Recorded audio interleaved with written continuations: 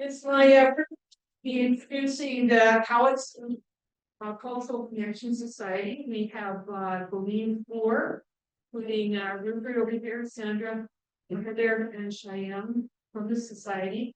And this is a change for us.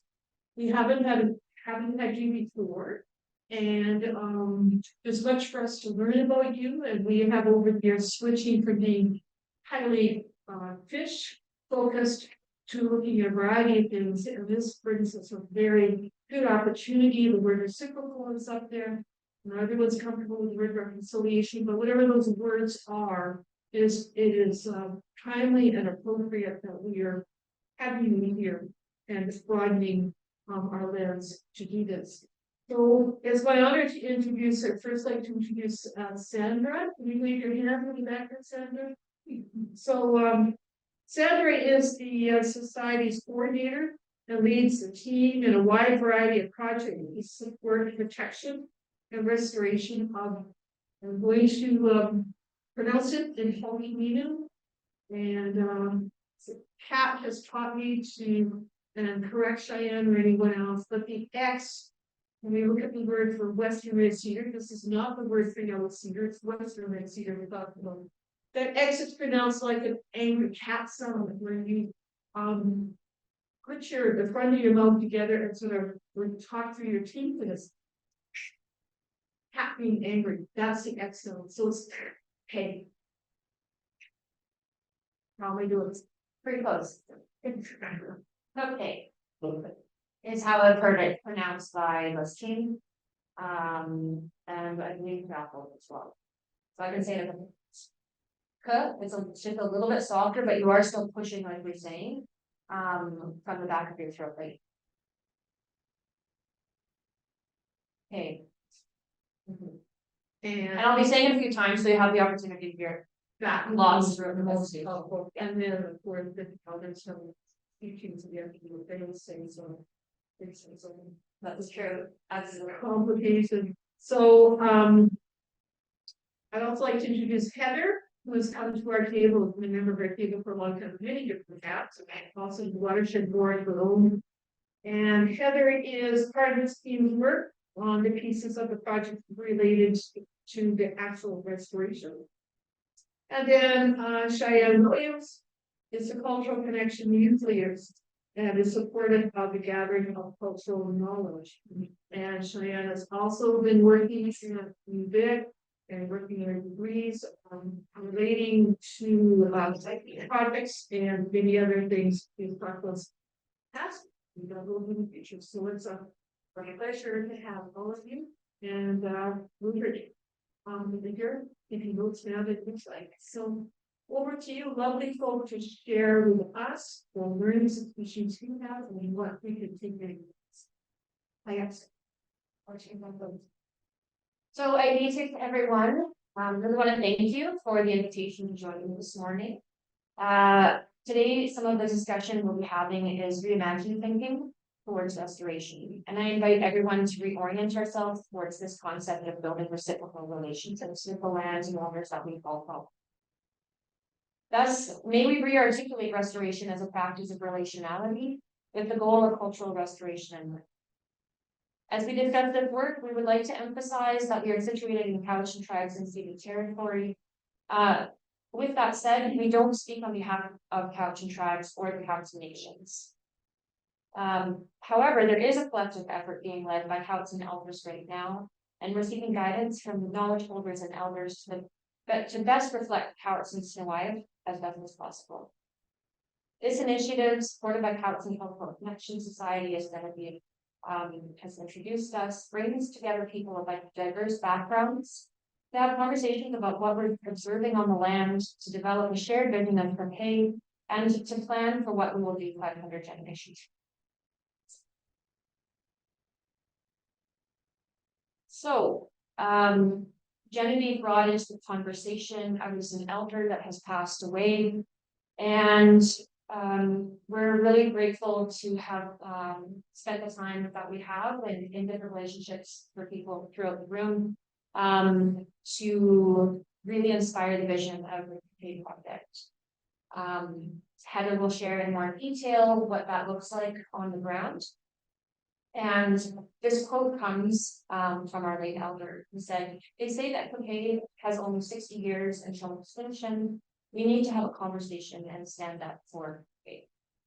Since then, of course, there's lots of hope that speaks to the positionality of Quw'utsun in our territory and what suitable conditions will help it to thrive. And that helps to inform our adaptive thinking about where to plant one. So our overall goal with this project is twofold. First is to restore Quw'utsun and its conditions for it to thrive. And second is to protect mature Quw'utsun stands. And the context of this work is in the private ownership realm, making up 85% of bulk and tree lands. So I'll just go a little bit deeper into my introduction. This is part of Quw'utsun protocol. Is to begin with introducing yourself and to say where you. So I native Siam Wayne, I kind of see Mala, Dennis Cheyenne Williams, Tanitsanat, Salmanat, Cowichan, England, Ireland, Scotland. This work is deeply personal to me, as it is situated in the unceded home territory of ancestors, as well as our present-day human and non-human relatives. Quw'utsun, meaning warm land can help meet them, was created, maintained, and sustained by the interconnectedness of all relations. And so the majority of my focus in this work is to find ways to realign with this way of being as we problem solve how to care for our relatives, such as Quw'utsun in our Quw'utsun Nation territory.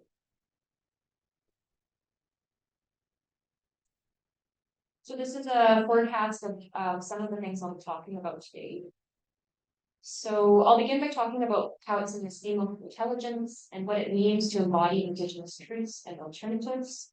Next, I'll present some considerations that contemplate the agency of Quw'utsun and focus on Snow-Wyatt, relationship renewal, and sunset. And I will share what the meaning of those words. Last, I'd like to look at relationship as the foundation of restoration by focusing on 4 aspects: protocols, stories from knowledge holders, offering, and being in service. So, what does Quw'utsun esteem intelligence mean to me? Our creation story begins in the Hope watershed. CF, our oral histories or true stories, indicate that the first people to arrive in Quw'utsun territory landed on Quetzalcoatl, which is in English known as Quetzalcoatl. Since the arrival of our first ancestors, a lot has changed in the Hope watershed. Colonial racism has displaced our first people, and the ability to maintain balance in the watershed has been disrupted. Over the last century, much of the Hope and Quw'utsun watersheds have been altered without the consent of Quw'utsun people. The cumulative impacts of land and water use are now severely threatening the overall health of the Hope watershed. Of particular concern are seasonal flows such as annual summer drought and winter flooding. And the overharvesting of western red cedar, the citrus spruce and coastal Douglas fir, and the unsustainable allotment of water licenses has altered the composition of the watershed. And we are now in a position where we need to restrict the water license applications and consider water storage options. These are some of the concerns being taken up as we work on a new government-to-government agreement between Cowichan tribes and the province of BC on behalf of the watershed, and to develop a plan that will take a holistic approach towards stewardship. In addition to the overharvesting of forestry resources and cumulative impacts of climate warming, the privatization of land is disrupting the application of Quw'utsun Cultural ideologies. For your information, Quw'utsun Cultural means Quw'utsun Indigenous people. Under settler colonial land use ideologies and law, land is viewed and reinforced as property, as a resource, and as public spaces and places for the commons, including park settings.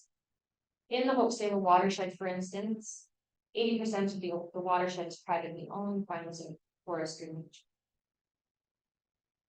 In the desire to promote Indigenous resurgence in Cowichan territory, this project proposes what Leanne Batasimo-Saki Simpson refers to as the embodiment of an Indigenous alternative. By challenging the legitimacy of extractivism and the legacy of overharvested practices. We cannot think of land as property and resource. This emergent thinking is the result of a field trip taken in the Hope watershed in 2022. At the end of the day, there was a number of us gathered and we were learning about citizen science data collection on water conductivity, water temperatures, and this was all being taken up by the Quw'utsun Connections team. So we were learning about what it is that they do in the watershed. And we arrived at one of the tributaries standing together, having a conversation. So at the end of the day, the group gathered and discussed the implications of anthropogenic climate change, and specifically as it relates to the shifting biogeoclimatic range shifts of Western and Sea. Before parting from the group, two representatives from Mosaic Forest Management inferred that given the projections, Hay will soon no longer be able to inhabit its current range, including in the Hope watershed, because it will require cooler temperatures than can be provided. And therefore, if it is to survive, it will need to migrate north and to higher altitudes. Whether this is feasible in territories elsewhere is another question. Therefore, in its place, it was suggested that Xpey would be replaced by the sequoia tree, based on its similarity in structure and function. At this moment, the wind began to blow furiously through the trees. A lesson imparted by one of my relatives, Darren George, is that our ancestors are always with us, and that they are speaking to us when the wind blows like this. In that moment, I have no doubt that not only were my human ancestors calling my attention, but so too were our tree relatives whom we were amongst.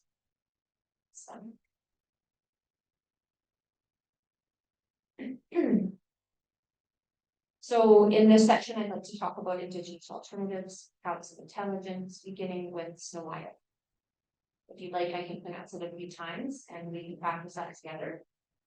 I'll break it down. It's snow. Snow. Yep.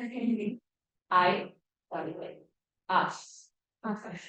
So you're pressing the tongue against the top of your mouth and pushing air through up. Up. Snow. I. Snow-Wyatt. So that means two things. And that really orients us to how we care for the land and what our responsibilities are. So with that in mind, for Snow-Wyatt, we ponder questions like what is happening to cedar and what is cedar doing? These questions have led us to also ask how our actions can be consistent with our Quw'utsun Snow-Wyatt. We are learning that it is an emergent process, and that to ground our search for solutions, we recognize that place and context are inherently informative for understanding Indigenous alternatives. Therefore, as we reframe these concerns and observations situated in Quw'utsun territory, we turn to Quw'utsun intelligence, which is rooted in a deep reverence for, respect of, and responsibilities for land since time immemorial. In turn, it is our prayer that we are guided towards solutions by learning from Quw'utsun intelligence and its Indigenous alternatives to land use. As Heather will touch on, forest stems in Quw'utsun territory have been significantly evolved. So much so that most would be unrecognizable to our ancestors. Lessons learned indicate that we are harvesting beyond our need, that we are not sharing in the process, and trees are now being grown for timber and copper.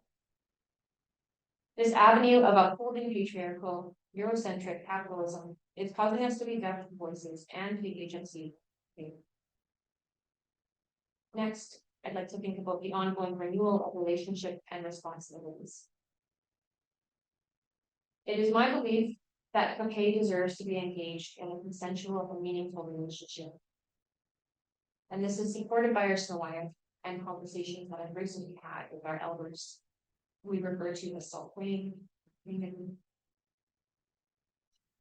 Some considerations of how to carefully engage with non-human relatives, such as cedar, can include teachings like don't take more than you need, and following protocols like introducing oneself and expressing your intentions.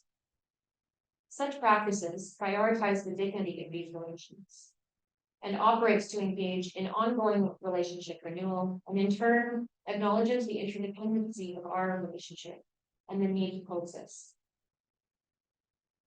Finally, I'd like to discuss the concept of sunset. That one is probably a little easier in the beginning because it sounds like sun. And then you're kind of, again, like pushing your tongue against the roof of your mouth. So I'll say, I'm not a language teacher, so I'm working my way through this. Sunlet. And it's like a click when you go to say let. Sunlet. Get me? Sunlet. Sounding great. So, we as Coast English peoples have coexisted with Quw'utsun since the beginning. And in Quw'utsun, we refer to Quw'utsun as the sunset, meaning the eldest tree. Now, I do want to make the distinction that this is contextual.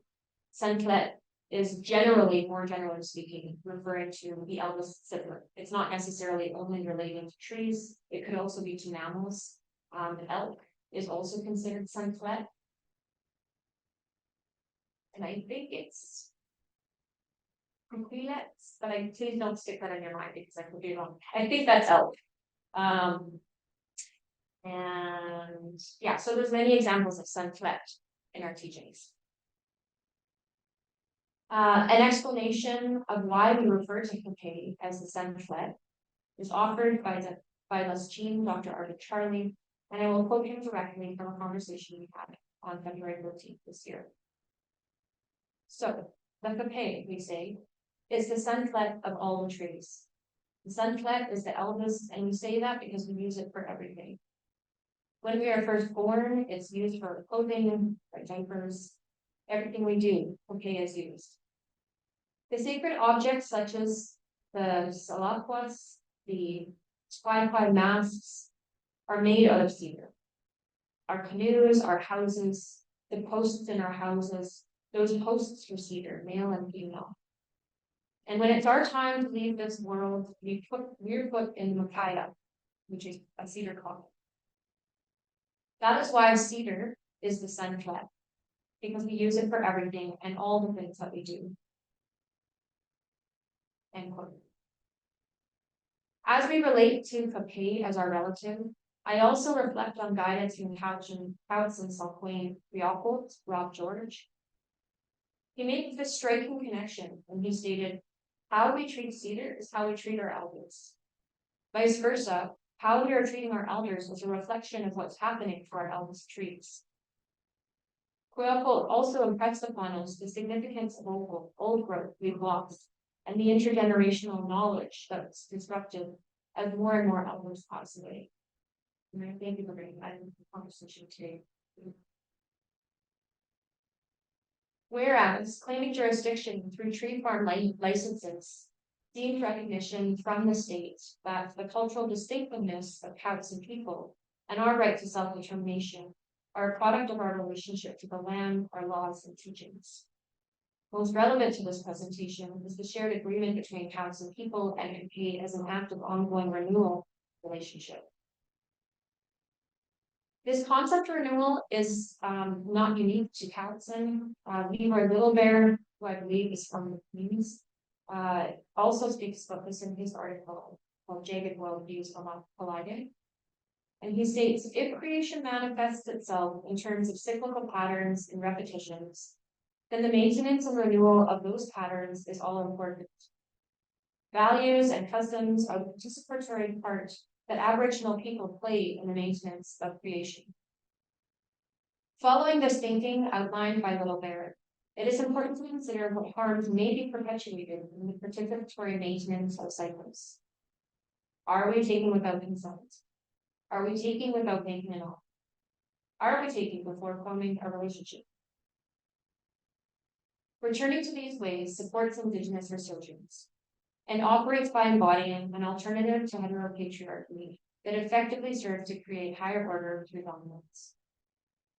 let us intervene in the concept of superiority and interject using respect for Indigenous socio-cultural practices. Within this exchange, legal traditions of each respective nation, including Cowichan Stewardship, find to be noticed. In this case, the laws foundational to our relationship with Xpey are centered around renewal of responsibilities rather than the subversive tactics that demand proof of occupation over lands of sea. Inherently, then, we must ask, what are the responsibilities of Xpey?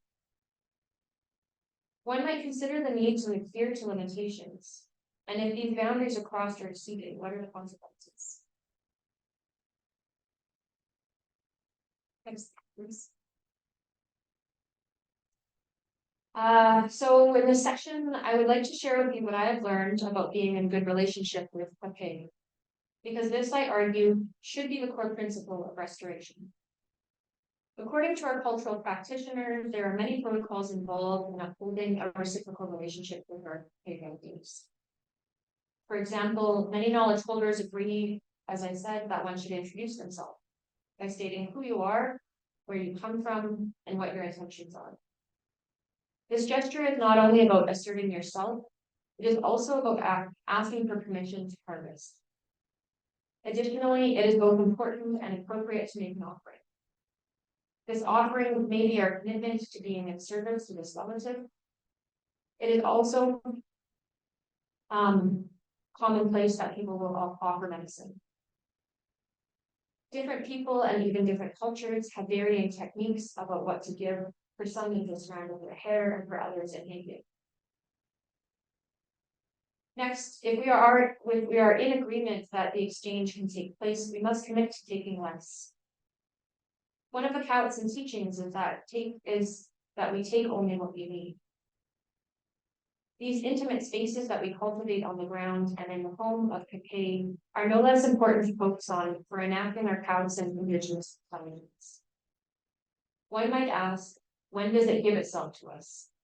So pictured in the photo is Yaquam Harold Joe, who is a Cowichan carver and canoe builder. And he tells the story of a tree faller contacting him because the faller had tried to fall the tree into the forest, but it actually fell towards the road. This indicated to Harold that the tree gave itself as a gift, and then it wanted to be used as a totem. In another example of how we take care of cedar, I draw from a recent conversation with Plus Chief. He says, you have to be very thankful. You introduce yourself and you let it know you're going to take it. You let it know what you're going to use it for. Or maybe you will take it, but it's meant for somebody else, and you have to let it know if you know who's going to use it. It's laid down carefully out of the way so that a person doesn't have to step over it as they go to the other side.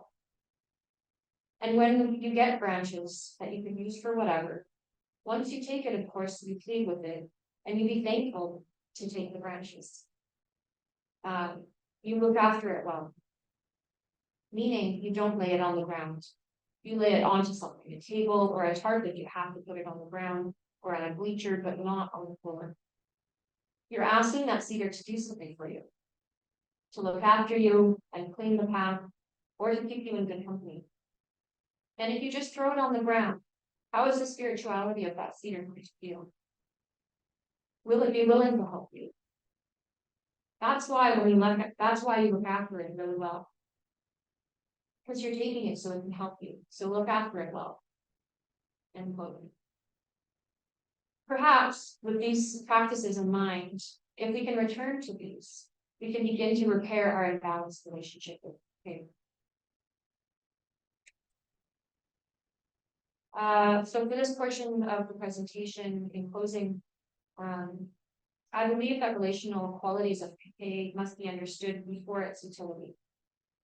Listening to the agency of Xpey and building a relationship with Xpey as our oldest tree relative reorients us to the place-based relationships of Cowichan people by turning toward the intimate expressions of relationality that culminate the significance of this territory. The notion of directing restoration efforts toward function over composition, while not an uncommon conversation taking place in restoration ecology right now, excludes Cowichan Indigenous intelligence and removes the autonomy of Xpey in consensual decision. This project called to renormalize place-based indigenous alternatives that center relational practices with our plant and animal relatives, including the tree relatives such as. So I'd like to turn it over to Heather, and it sounds like we don't have time for conversation. Now I'm gonna invite you all. Thank you. Well, sounds like for your words, Cheyenne, they always say.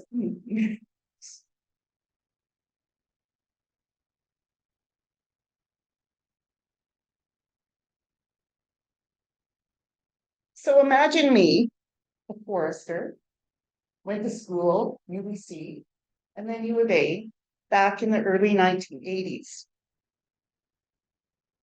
Did I learn about cedar as an elder? Reciprocity, offerings, all these words that Cheyenne has just used. No, of course I didn't. I learned that the best thing you could take out of the forest was a load of cedar poles, because that was going to be the most funny. That was going to be the most profitable thing to go searching for. So I just find this work. I'm so grateful to be working with Cheyenne, Sandra, Rupert, and the whole crew, because it's taking my knowledge as a forester and stretching it and causing me to grow in my space. Thank you. So now I'm going to ask you to just gently step out of what Cheyenne was talking about, and I'm going to slowly put you into a more Western type of thinking. Because when I started to work on this project and see the quotes about and the fears that cedar will be gone from the landscape in 60 years, I have to stop. My way my mind goes is that true? Is that possible? Is that true? And so that put me on a personal exploration, and I went and did research.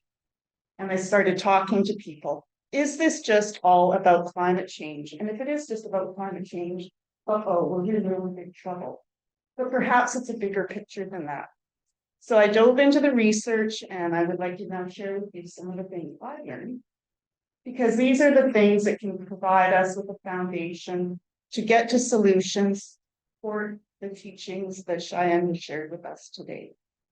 So on that note, first of all, I'd like to say, no, it's not all hope. And I do believe there is reason hopeful, and that's why I enjoy this work so much. So next slide, please. Many of you have seen this slide before from Emily Doyle Yamaguchi, and I did a big project on Quw'utsun. This is the Quw'utsun watershed, and this is one of our opening slides showing you that by 1954, over half of the Quw'utsun watershed had already been clear cut. You can see that lighter, sort of more khaki green is a progressive clear cut that started at the bottom of the slope, and they're just slowly moving up the slope. So already by 1954, over half of the large trees were gone.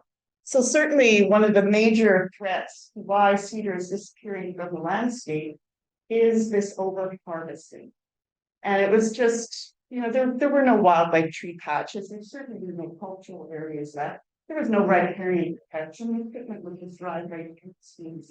So the forests were very aggressively harvested because the forests were endless. There was going to be enough forest everywhere forever.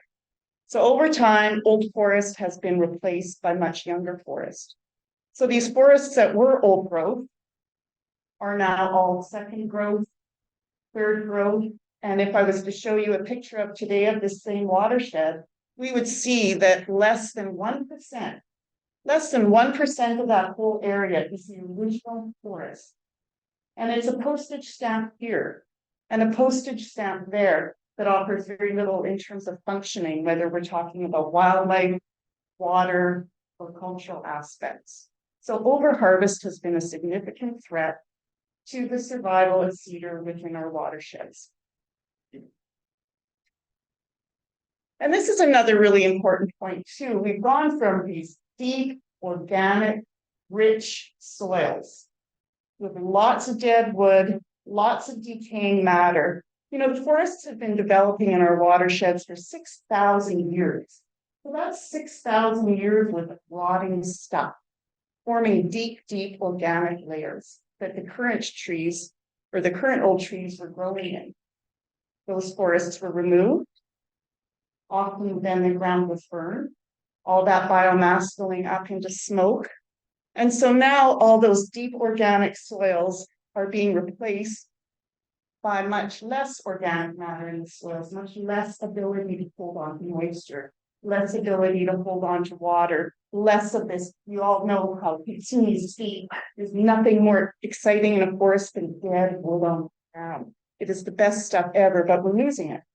There's a few big old pieces. Here's a good, nice big piece of old growth still on the ground, but slowly it's disappearing. So all those sponges, all those things, holding moisture onto the site, most of them are gone. The main thing that is still there is slowly leaving the landscape as well. So from moist soils to dry soils, not good to see. And then the other move is, of course, our forests around here are very intensively managed. And it's about growing lots fast, getting it to the mill, or getting it onto the ship for overseas. And so what a lot of the forestry is doing, it's not going and planting the mixed stands, it's not planting much in the way of cedar. It's primarily planting Douglas fir. It grows fast, and they can get it to the mill or onto the ship a lot quicker. You know, and that's if you're intensively managing a forest, that's a logical place to go. And I'm coining this term thirsty fir. That was from one of the researchers out at Musashi. You know, that's he embedded that idea in my mind. Fir absorb a lot of water. They like to grow fast. They need a lot of water support to support that fast growth. So they're just sucking it out of the soils. Where soils are drier, and the plant species is just going to be taking up whatever moisture is there and turning it into the next forest. And next. And this to me is the really, really interesting piece. And, you know, don't get too caught up on this picture. I'm going to tell you the two things to focus in on here. And as you can imagine, all those forests being removed in a very short period of time from the landscape, that loss of dead wood, all those things that held the water into the landscape and allowed it to slowly trickle through the soils, along the slopes, down to the streams, and the streams down into the rivers. Suddenly all those things that made water move slow are gone. So when we have these big winter storms, water is now moving fast. Water is moving fast down slopes, fast onto the roads, fast into the streams, fast into the rivers. And so what that has done is taken these nice, gentle, gentle U-shaped streams, and it's created box type channels. Because they call it the fire hose effect. A lot of water moving fast, and so it's cutting down. You talk to people who've lived here for a long time, and the Quw'utsun River is getting deeper and deeper. Not the water getting deeper, but it's being eroded further and further and further down. And so you can see what this is happening. You see that blue line there, the dotted line? So what's happening here is the water that used to be up here all the time, now it's going down and down. So that's making the water table go down and down, because they work together. So the water in the river is going down, the water table is going down. So they kind of keep at that same level. And so what's happening, and I see this in our neighborhood, we live along the Cowichan River. And I see it on the neighbors on either side of us. Because that water table has gone down, the cedar that have been living there for decades and used to have nice moist roots, now because their roots are no longer to spend as much time in that water table, they're dying. The cedar on both sides of us, because of the drought conditions, have died. Because cedar need to have, they're happiest when they can have moist roots. They don't need it to be, they can handle a nice dry July and August, but throw in a dry April, May, June, that's too much. So these cedar that like moisture, they're losing their moisture, and they're just having a much harder time to grow. So here's a reason why we don't necessarily look at planting cedar in the riparian as a solution. for using cedar in the landscape. Don't just assume that we can plant them in the riparian and have a solution. You have to look at the soils. What is that connectivity between the groundwater and the river doing in that area? So here's my happy slide. This is my happy slide. So I said the canvassing riparian areas are a great place to grow cedar.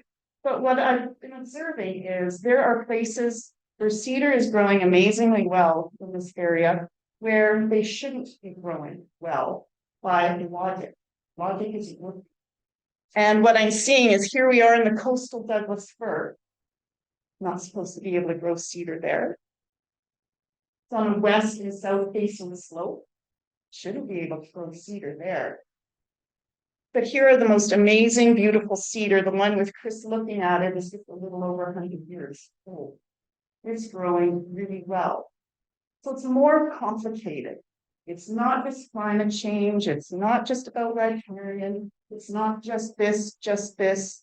Finding the right type of site to plant cedar requires much more complex thinking than a quick little map review or a quick little, you can come up with general trends of places they might like to grow, but it's not going to be a simple little recipe. It's going to take investigation, data plot, and pooling as many minds together as we can to figure out where these places are. And cedar will still survive and do well. So please remember, cedar can do well in places where you didn't expect it. And they can die in places where you expect them to do well without parenting. So it requires a lot of thinking and a lot of brains working together. So Quw'utsun Cultural Connections. So a relatively new organization. Sandra, of course, is our boss. She loves being helped. And so there is a board of directors who is newly formed, elders led, which is a tremendous gift to work in that environment. Within the organization, there is in the process of being formed an Indigenous Advisory Council as well. So bringing all that wonderful information that Cheyenne shared with us, helping it to seep into my heart and into my veins along with all the other people I work from, and bringing together that Western, that colonial learnings, perspectives, bringing the traditional science with the Western science. And let's figure this out. Let's figure out how to get cedar in the landscape, because it can stay in the landscape. And let's not just broad brush these general assumptions within our research facilities. So what have we been doing so far? We're just in our baby steps, getting going, but we're having a lot of fun doing it. Sandra mentioned that we have had 4 of these family planting days so far. And at this point, I would like to pause and recognize Sarah Butterfield here, who is great with a wheelbarrow and a shovel. So CDRD has been a very active supporter of helping us find sites, and then an actively supporting actually getting in the ground. And I see Katie Fulton was online. I hope she still is online, because BC Parks has been another tremendous supporter in terms of helping us in this work so far. It's important to us to have sites for planting cedar that not only have the qualities that we are looking for, that we can feel confident that the cedar should be able to do reasonably well, but we also need sites that are accessible so the Cowichan people can come, visit, build relationship with these trees over time. So it has to be somewhere that people can get to. This isn't just about putting trees in the ground. This is about building trees at the same time as forward. So, back. Yeah. So anyways, no, so yeah, no, maybe I was done actually. So far we planted, we're just actually under 1,000 trees, and we're going to get going again in the near future. We're just starting our planning for 2024, and we will be kept in the loop should anyone care to. Oh, that's on the date. Okay, next, sorry. And these days are wonderful. These aren't just about showing up and putting trees in the ground. There's of course ceremony. As Cheyenne was mentioning, we need to have offerings, we need to offer prayers and blessings, we need to have everybody enter into the heart before entering into this day, into this very important work. It's about bringing generations together, from the elders to the young children. It's about bringing the colonial people, us from the Western or the settler environment, bringing us together with the Cowichan people, and again, learning together, working side by side. So very wonderful days, very powerful days. And we get to share lunch. And it's very, very, very rewarding. So another piece of our work is this 1,000-year strategy. And so doing the work in the field is one piece, but then of course there's also the looking at the landscape. How are we going to continue to pick good places to plant cedar? How are we going to build culture into our thinking? We don't have access to a lot of ecological information because it's proprietary and not shared with us, but there is some information that is available to us that we will then start building more of a landscape type of vision for when we should, or where we could look to plant trees. And this is taken from the Hulkaminum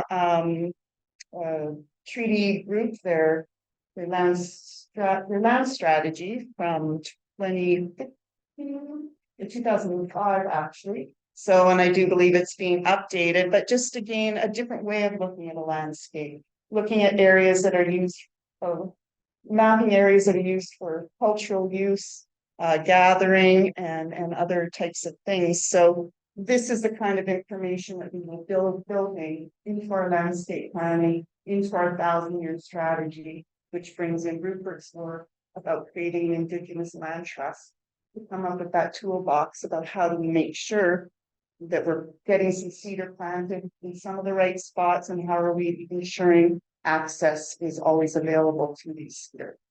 And protecting features. And protecting, pardon me, yes, it's not just about restoring, it's also about finding mature cedar and protecting them. Okay. So I'm gonna let you do the first 3 bullets there, and then I'll finish her up. Yeah, so thinking about the question, what does caring for Xpey look like in a whole of watershed approach? Something that's been shared by our Wayne is the limited number of sacred places that we have at this time for different rituals, spiritual practices. So ideally, when we think about the future, we see the return of these sacred spaces, and some level of protection, because it is the public spaces that are now accessed by everybody that inhibits Cowichan people from accessing some of these places. A safe and sacred space for beings from the spiritual realm.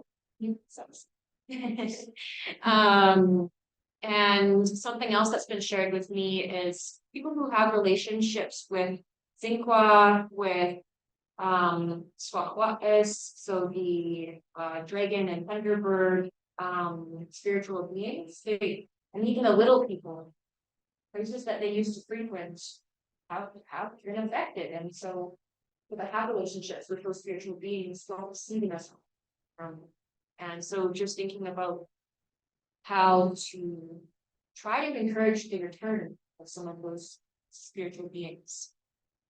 And then finally, old and new cedar forests are accessed more easily by Indigenous community groups. So yeah, like reflecting on a lot of the technological uses that we've had for cedar over the years, whether it's for news or building longhouses, building totem poles. There's really specific types of wood that we need to be able to do that work. And something that I didn't mention is that hay is really the general word for cedar, but there's very specific words for the grain that you need for a community. when you're talking about cedar in the language. And so I just really think that reflects the intimate relationship that we do have with cedars. We have so many words that don't just describe the general use of cedar itself. Yeah, and then again, just the rest of this slide is looking at that more Western type of approach, but more how can we take our commitment to restoring and protecting cedar within the landscape with how forestry can be done. And I know coming from the interior British Columbia, we do practicing in partial cutting, but we don't have to be clear cutting everywhere all the time the way we are. So cedar, like they can grow in southern shade, but they do enjoy a nice shady day, especially with climate change. So we can start looking at, and private landowners can look at partial cutting instead of clear cutting. That's just one type of strategy that can be used. And looking at protecting cedar, I'm not going to cut. How about the ones that are still there? We try and keep as many of them as possible, so that we can even learn more about where they do like to grow and how they're surviving. How do we research these? How do we track these trees into the future? So we can learn more about a good site for cedar with respect to climate change. And the third bullet there, or the last bullet there, is what's super important. And one of the pieces where we invite anyone to participate in our learning is, what are these places where we find cedar growing well? Why are the cedar growing well here? What can we learn from this site that's going to help us in our work? And so in closing there, Ellen, okay. So how can you participate? This is our project. This is a project for anyone who feels so moved to participate within. I've already mentioned upcoming planting days are one way. If you see a really good cedar site, let us know. Let us come and investigate. Let us come and see and look at the clues to figure out what makes this site better than that site. And invite us to present to your organization. We're trying to spread the word of this project, and that an invitation to go to the DIU and talk to a forestry class next month. So it's wonderful to see the instructors are embracing and welcoming and very excited about this kind of information coming into the classroom and forestry. So yeah, that's a big wow. And as Sandra has mentioned, I strongly encourage as well participating in one of the workshops of the journey of our generation. Extremely moving. You do not walk out the same person that you walked in as. And I will leave it at that. I strongly encourage you have the opportunity, or make the opportunity. So one more slide. I think it's just being. And second,